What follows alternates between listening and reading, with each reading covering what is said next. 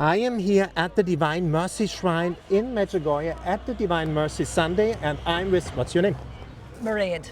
And you got your family. Some of my family here. Some of them? We have 19 of our family in Medjugorje this Wow. week.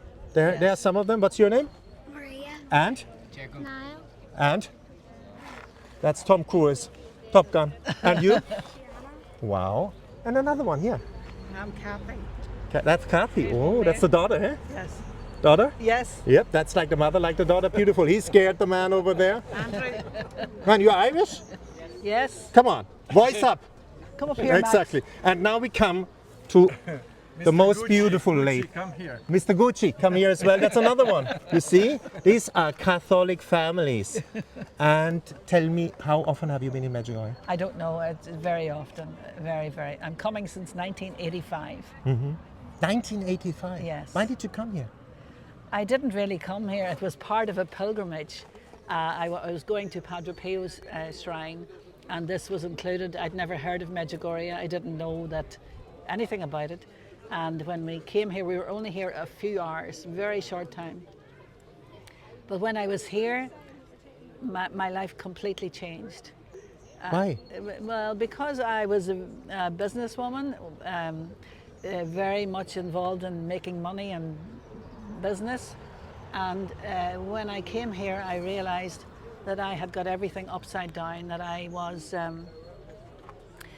putting everything like that before my family, and that I could be a businesswoman any old day, but I would only have one chance to be a mother, and that I had to break from all of that and be a mother to my children. The hotel, we have a hotel in Northern Ireland, and I didn't care if the hotel fell in a heap of stones. I had to stop what I was doing, and I had to become a mother. I had not been present for my children really for all those years up until that moment, and so it was like I said to people, if I had come out to Medjugorje in a wheelchair and came back walking, you would see what happened. But what happened was internal inside of me. Everything changed. All the things that I thought were important, I realized were not important. And I was missing out on the important things in my life. But maybe there are people now who say, man, but you have to work, we have children, we can't stop. What do you tell them? How did you manage? The Lord provides. When we do things according to how He wants us to live, He provides everything. Even money? Even money, everything. You know, we've been in business for 44 years, and He has provided everything. Times when we had no money, no possibility to do anything, but He gets us through everything, all the way. And even today, you know, He's with us. When we trust in Him, we surrender to Him, we give everything to Him, and we don't hold on to things. And if He says it's time to stop what you're doing, go in a different direction, then He knows best. And to surrender entirely and completely to the Lord, really. Like in Our Father, Thy will be done. Yes, that's right. Yes. So you live in that intention. That's how people should start. I hope. Yes. Yeah. And you came 85. We are 2026. So that was kind of a spiritual artificial high. That's a long-lasting thing. You're here now. Yes. 2026. Yes.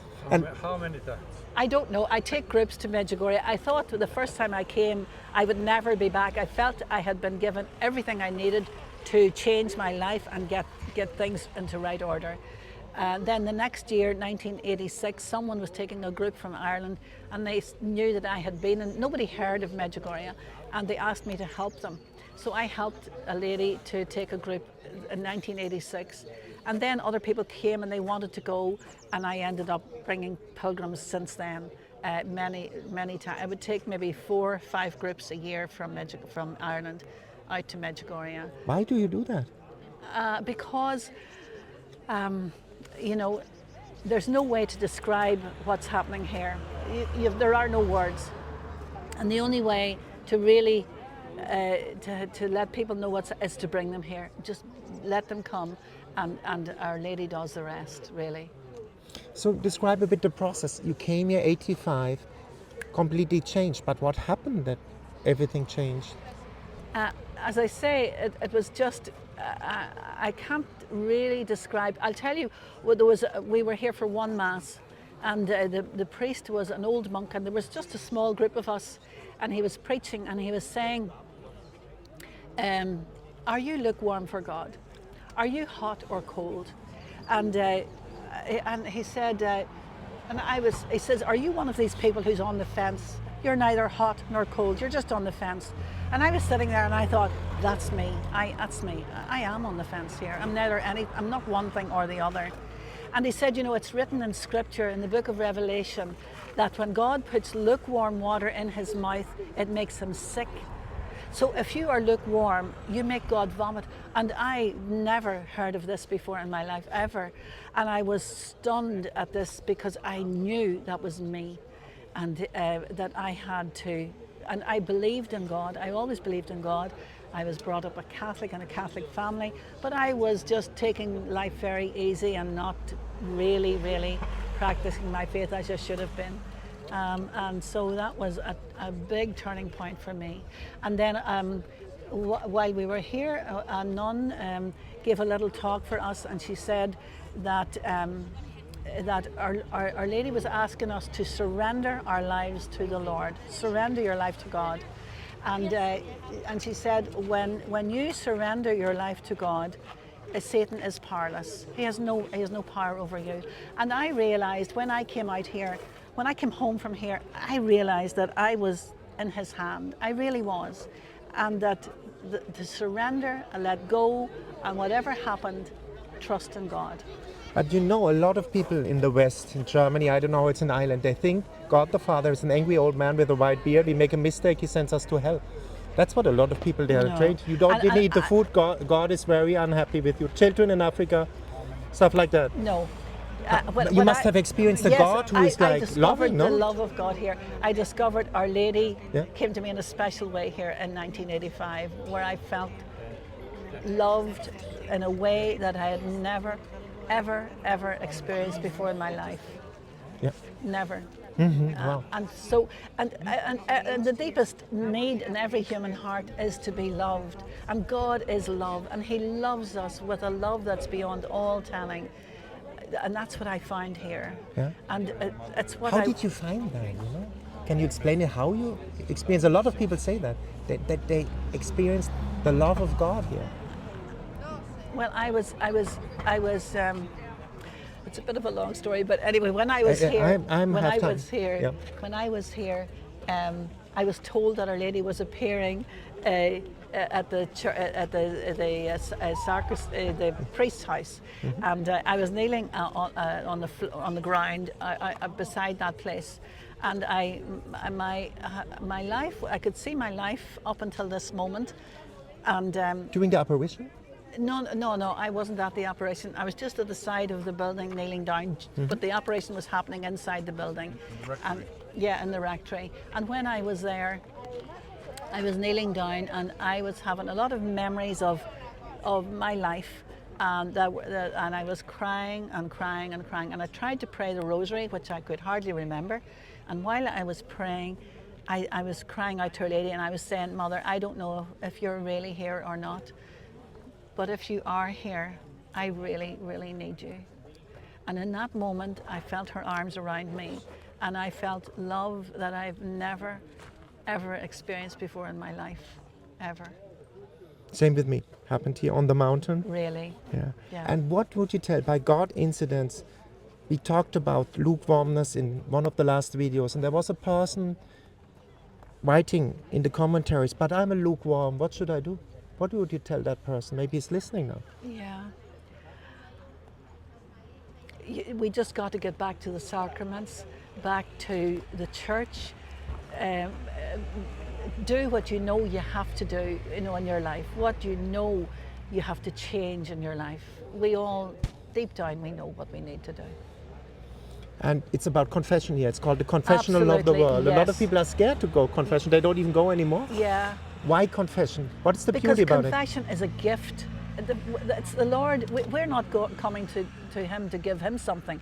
We're coming to receive this amazing grace, this amazing love. This that mercy. The We have divine mercy mercy. of God. Yeah? The mercy of God, which is You're not so- scared anymore Nothing scares me. of I'm going to scared of confession? sinning. Yeah, me too now. To lose the connection with God. Yes, that's the only thing that's. So our church is a church of order. You see, the world is in disorder, but our church is a church of order. Yeah. After we are in a state of grace, we can receive the Eucharist. It's the biggest gift, but it seems nobody knows anymore what That's it is. true, that's Explain. What is it? What is it? I can't explain, but I just know that, first of all, I knew that the rosary was so important when I came home, that I had to pray the rosary. And that and also I wanted to get to Mass. I knew that my strength was in the Eucharist, that the Eucharist, receiving the Holy Eucharist was the strength that I needed to change. That was my strength. That's where I would get my strength from. Still now? Still today, yes. Oh, yes, absolutely. Yes. Wow. And what is so beautiful about it for you, the Eucharist? I'm receiving Jesus, my Savior, into my body, into my soul, into my heart. The one who loves me beyond all telling. So you must have experienced him somehow, because you are talking like he's a real friend, like you're talking to me now. Well, I don't really experience things the way I hear other people see things. I don't. But after I came back from Medjugorje in 1985, I remember being so grateful, and so I just couldn't believe what had happened. And I said, Lord, if you want me to live in the dark for the rest of my life, you've given me all I need. And unfortunately, He's taken me up on my word, because But you responded to the call. Somebody out there respond to the call. You bring people here. It's 2026 now. I know. That's 85, 86 you started to bring people. And you have big, nice family. This lovely lady here is very patient. And you talk to Jesus like a friend. He's a living God. Yes, He is. Of course He is. So you yes. tell him, look, Yes. my He's my granddaughter, she's beautiful. Yeah, He's my best friend. He's your best friend? Yeah. You talk to him like a friend? Yes. From heart to heart? Yes. And he answers?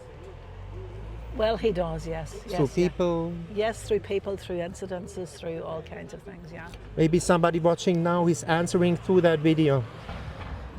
And what do you tell people at the end? Why come to Medjugorje one time? Come and see. Come and see. Our Lady is appearing here every single day. This is a time of great grace. A time of great grace. Come and see. And you have a big family. What I experienced, even me, I didn't love myself. I started to love myself in a healthy way. I learned that here in Medjugorje. That's right. What do you tell people? There are a lot of broken people out there. How can they start to have a good relationship with themselves? I was like that also. I didn't love myself. And I discovered love here. And I had to teach myself I compared myself to someone else. And I thought, I'm like that person. But I started to discover I wasn't like that person, that I am completely different, and that I have an ability to love, that I do care about people, that I do love people, that I have a possibility. It's how can I describe? I just had to keep looking at myself. And I remember one day looking at myself in the mirror and saying, you are a good person. I did the same. A good person. Yeah. And everybody out there now, do the same. Look in the mirror. At the beginning, maybe hard. We don't want to look at us. God has not created anything that is not beautiful. And He created me, He created you, and we are beautiful. Made in His image and likeness. This is so beautiful what you say. And you pray the rosary in the family now? Is the Yes. little one? She prays the rosary. We make the check with you. Are you annoyed or you like rosary? You like it? So. But the rosary, why the rosary? Padre Pio said it's the weapon of our times. Why is so powerful, that meditation? Even to hold the rosary in your hand. Our Lady says when we hold the rosary in our hand, she is holding our hand and we are holding her hand. Mm-hmm. It's just powerful.